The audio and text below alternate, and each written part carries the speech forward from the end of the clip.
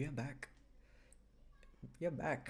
We are back. James Gunn ने आखिरकार Superman का टीजर ट्रेलर ड्रॉप कर दिया एंड इट वाज एक्सीलेंस. याद करो आखिरी बार सुपरमैन मूवी कब देखी थी. उस बात को 12 साल हो चुके हैं, जहां सिर्फ पूरा सुपर हीरो जॉनरा ही नहीं बल्कि सुपरमैन का पूरी सोसाइटी को इंतजार था कि कब लौट रहा है अपना सुपरमैन. एंड जेम्स गन के इस टीजर ट्रेलर को देखकर मुझे बहुत अच्छा लगा कि वो उस क्लासिक अच्छे सुपरमैन को लेकर आ रहे हैं जो सिर्फ अच्छा करना चाहता है. उसे अपने से ज्यादा दूसरों की परवाह है, कोई सेल्फिश मोटिव नहीं, शोबाजी कोई नहीं करना. He is just a good simple optimistic guy. और आई होप जो बड़े होने के साथ साथ इतने सालों से वो जो एक अच्छा बच्चा हमारे अंदर जो मरता हुआ जा रहा था, वो इस मूवी को देख एक छोटी सी ही सही मगर एक उम्मीद की किरण लेके जिंदा रहे कि नहीं, क्लासिक अच्छाई की गर्माहट अभी भी जिंदगी में बाकी है. बहरहाल अब ये ड्रामा हम काफी लंबा खींच सकते हैं, पर अभी असली टीजर ट्रेलर की बात कर लेते हैं, जहां इस बार जेम्स भैया ने हमारे लिए क्या क्या चीजें छोड़ के रखी हुई हैं. जहां टीजर शुरू ही होता है सुपरमैन के डाउनफॉल से. कपड़ों में कोई चमक नहीं, पोस्चर में कोई दम नहीं, और ऊपर से पिटा हुआ खून थूक रहा है भाई अपना. पर जो भी हुआ है इसके साथ बड़ी गंदी वाली लगी है इसकी. कोई धूप इसे नहीं मिल रही है तो ऑब्वियसली, वरना तो भाई अपने ठीक ही हो जाते. और जैसे इंसान के मरने के दौरान में फ्लैशबैक्स उसे आते हैं, तो यहाँ पे अपने कालेल को भी अपनी जिंदगी की झलक मिल रही है. एंड अब आई मीन टीजर के नैरेटिव के मुताबिक मूवी में तो वो किसी और तरीके से उसे दिखाएंगे. एंड फिर वहां हमें देखने को मिलता है क्लार्क केंट की कैसे डेली ब्यूगल में वो अभी भी लिज्जत वाली जिंदगी चोमू लोगों से समझ रहे हैं वैसे ही जी रहा है. जिसमें अगर उस जितने भी आधे अधूरे न्यूज़पेपर को भी पढ़ो, उस ब्लर्ड न्यूज टीवी के टाइटल्स को भी देखोगे, तो मैन मेड नेचुरल डिजास्टर्स और हैमर क्रिएट्स हैवक जैसी कुछ जानकारी हमें देखने को मिलती है. क्योंकि जैसे हमें लीक्स में सुनने में आया था, उसके मुताबिक सुपरमैन से पहले ही इस दुनिया में वॉट की तरह एक प्राइवेट सुपर हीरो कंपनी है जो अपने मुताबिक सुपर हीरोज को चलाती है एंड अपनी कन्वीनियंस पे चीजों को रखती है. अब खैर इसके बारे में आगे बात करेंगे, लेकिन अभी रेचल ब्रॉसनाहन एज लुइस लेन का हमें इंट्रो देखने को मिल जाता है, जो भाई को गियर में ली रहेंगे कि दिन भर करता क्या रहता है तू, काम पे आ. लेकिन इस मूवी की रिपोर्ट्स के अनुसार लुइस और क्लार्क एक दूसरे को ऑलरेडी काफी अच्छे टर्म्स पे जान रहे होंगे. मे बी प्रोफेशनली वो मतलब चीज़ें कॉम्प्लिकेट नहीं करना चाहते ऑफिस में कि कंट्रोवर्सी क्रिएट हो. जिसके बाद हमें सुपरमैन का गांव भी देखने को मिलता है. उसके पापा अभी तक जिंदा हैं एंड आई थिंक कि हम जानते हैं कि आगे क्या होने वाला है. जहां बस यही थोड़ी सी टेंशन की बात है कि वो मौत का गम या गुस्सा काल किसी और पे ना निकाल दे. एंड तभी जो हमें नेक्स्ट शॉट में चीज देखने को मिलती है वो थोड़ी सी हैरान करने वाली है, क्योंकि एक इंसान से ज्यादा बैड एज एंट्री एक कुत्ते को मिली है इस टीजर में. Crypto is such a good boy यार. जैसे ही उसे सीटी सुनाई देती है वो फोर्ट्रेस ऑफ सॉलिट्यूड में ही रहा होगा और भागते हुए आया है, रगड़ते हुए. आ सकता है भाई अपना उड़ते हुए, मैंने स्टिल देखी हुई है, चांद पे भी जा चुका है, लेकिन नहीं, रौला भी तो मेंटेन करना है. और फिर जो पकड़ के भागा है बंदा, वो पूरा सीन इतना स्वीट होलसम एंड मूवी में इतना इमोशनल जाएगा कि कोई हद नहीं. अब मैं बता रहा हूँ, क्रिप्टो आएगा ना तो सुपरमैन मरा पड़ा होगा, उम्मीद से हारा हुआ, पिटा हुआ, एंड फिर क्रिप्टो जो उसको लाइट देके जाएगा, आप अभी इमेजिन करो आपका दिल भरना शुरू हो जाएगा. एंड फिर उसके बाद हमें अगले शॉट में देखने को मिलता है सुपरमैन अपनी क्लासिक ऑरा में लोगों को बचाते हुए. वो जो अपने अतीत की क्लासिक कैंपीनेस नहीं होती है, बच्चों को बचाने वाला वर्ल्ड एंडिंग इवेंट्स के दौरान में, कि उसे एहसास ही तक नहीं हुआ लड़की को कि पीछे काइजू जैसा कोई मॉन्स्टर आ रहा है. एंड फिर सुपरमैन आता है उसे बचाने के लिए. इस तरीके के सिंबल्स पे कितने मीम्स बनते हैं. अपने स्पाइडरमैन ने भी शायद रेमी की मूवी में किया हुआ था. And I think James Gunn का इसको यहाँ पे स्पेसिफिकली डालने का यही इंटेंट होगा कि बहुत ही समय से हम वो क्लासिक हीरोइज्म वाला ऑरा मिस कर रहे थे, एंड इस सुपरमैन के साथ, अपने सबसे पहले सुपर हीरो के साथ, हमें वो दोबारा से इस मूवी में जीने को मिलेगा. जहाँ पे फिर हमें निकोलस हॉल्ट भी देखने को मिल गए.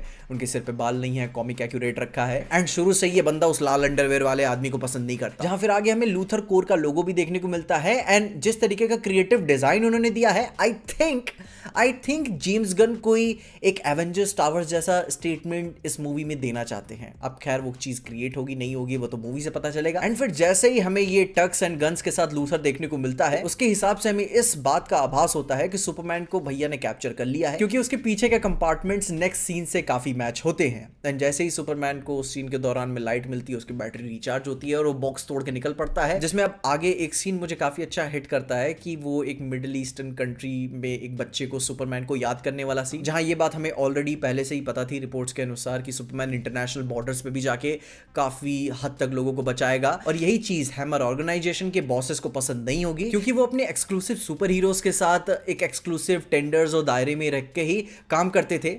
लेकिन सुपरमैन किसी के साथ इन्वॉल्व नहीं है, तो वो सबके लिए एक समान है, सबको बचाएगा। और फिर जैसे ही उस बच्चे को सुपरमैन को याद करना हुआ, सुपरमैन 100% वहां पे पहुंचेगा। एंड यही वजह होगी कि मेजर इंटरनेशनल कॉन्फ्लिक्ट में इंटरफेयर करने की वजह से काफी बड़ा जियोपॉलिटिकल शिफ्ट आएगा जो कि सुपरमैन से झेला नहीं जाएगा। एंड जहां असली में जिन्हें उसकी जरूरत है, बाहर के लोगों की उसको मदद चाहिए, तो उसके अपने ही अंदर के ही लोग उससे नफरत कर रहे हैं। मे बी कोई एक ऐसा इवेंट होगा जिसमें वो फेल हो गया होगा, किसी को नहीं बचा पाया होगा, जिसके बाद फिर हमें स्टैग इंडस्ट्रीज के चेले चपाटे आते हुए नजर आते हैं। फिर वो बोलेंगे कि हमको ज्वाइन कर लो, फायदे में रहोगे। एंड फिर हॉक गर्ल हमें देखने को मिलती है, गाय गार्डनर का ग्रीन लैंटर्न भी देखने को मिलता है। क्या हेयर कट दिया है भाई यार ऐसी क्या ब्रांडिंग होती है स्टैग इंडस्ट्रीज की। एंड उसके बाद वो सुपरमैन को जो क्राउड हरास कर रही होती है, वो उसे अपना गाय गार्डनर उससे छुपा के उसे प्रोटेक्ट भी करता है। एंड फिर आगे हमें मिस्टर टेरिफिक भी सुपरमैन को बीच पे प्रोटेक्ट करते हुए नजर आता है, जिससे ये समझ आता है कि ये कॉर्पोरेट सुपर हीरोज की टीम भी सुपरमैन की बड़ी इज्जत करती है। एंड एंड तक वो शिफ्ट हो जाएंगे सुपरमैन के पर्सपेक्टिव में आने के लिए। एंड फिर हमें एक बहुत ही छोटा सा ग्लिम्स देखने को मिलता है रेक्स मेसन का, मेटामॉर्फो का।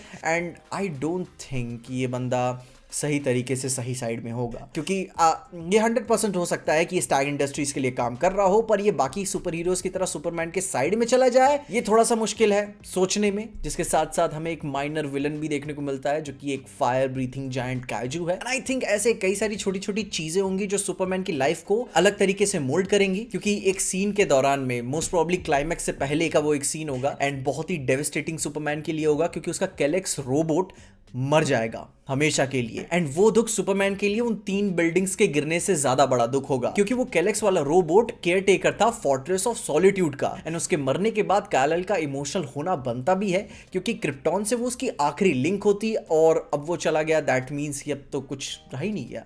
क्या करेगा फोर्ट्रेस ऑफ सॉलिट्यूड में आके, अकेला बैठा रहेगा। और जो मेन विलन होगा कहानी का, वो होगा लूथर, ये ब्लैक सूट वाला नॉर जैसा बंदा, एंड ब्रेनियक की जैसी शिप में हवा में उड़ के लोगों को परेशान कर रही है वो, जिसको मैं अभी तक पूरी तरीके से फिगर आउट नहीं कर पाया हूं। तुम मुझे कमेंट जरूर बताना कि वो था क्या। लेकिन जो भी है, एक बात तो कहनी पड़ेगी, मूवी इमोशनल बहुत गंदा खेलेगी आपके साथ। इसका विजुअल एस्थेटिक भी मुझे काफी अच्छा, होपफुल, वार्म एंड होलसम लगा, जिसे अभी हम परफेक्ट फील कर सकते हैं कि ठंड में जब एक धूप निकलती है ना, वो चेहरे पे हल्की हल्की गर्माहट आती है। वो विजुअल एस्थेटिक उन्होंने यहाँ पे दिया हुआ है। थोड़ी सी कह सकते हो कि ब्राइट है, पर आई थिंक वो एकदम क्लासिक कॉमिक वाले ऑरा में जाने की कोशिश कर रहे हैं, जिसकी वजह से उन्होंने इस बार पूरी तरीके से नया ही एस्थेटिक इसके लिए चुना है। जहां पे अब मेकर्स ने एक गेम खेला है अपनी ऑडियंस के साथ कि इस टीजर ट्रेलर के रिलीज होने से ठीक एक दिन पहले एक 7 सेकंड का टीजर उन्होंने ऑलरेडी ड्रॉप किया था। एंड उसमें कई सारी चीजें अलग, जैसे कि डेली ब्यूगल वाले इस सीन में लुइस लेन के बगल में जिमी ओल्सन खड़ा है, स्टीव लॉम्बार्ड है, कैट ग्रांट है, जो कि क्लार्क पे काफी लाइन मारती है।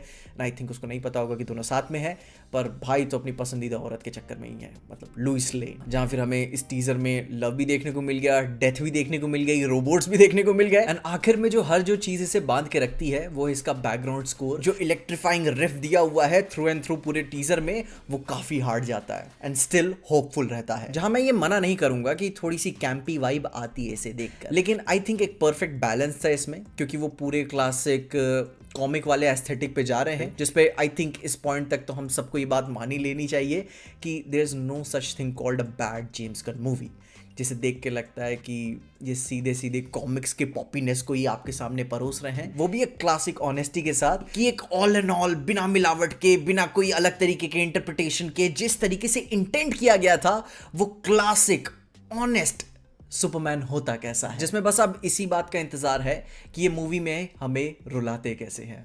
बाकी तुम अपने टीजर ट्रेलर को देख के डिटेल्स मुझे कमेंट्स में जरूर बताना, जो स्पेशल सी चीजें तुमने नोटिस की, एंड तुम्हें इस टीजर में क्या पसंद आया, क्या नहीं पसंद आया, और क्या बेटर हो सकता था। अपने ओपिनियंस मुझे कमेंट्स में जरूर बताना, और तब तक के लिए देखते रहना पीजे एक्सप्लेन।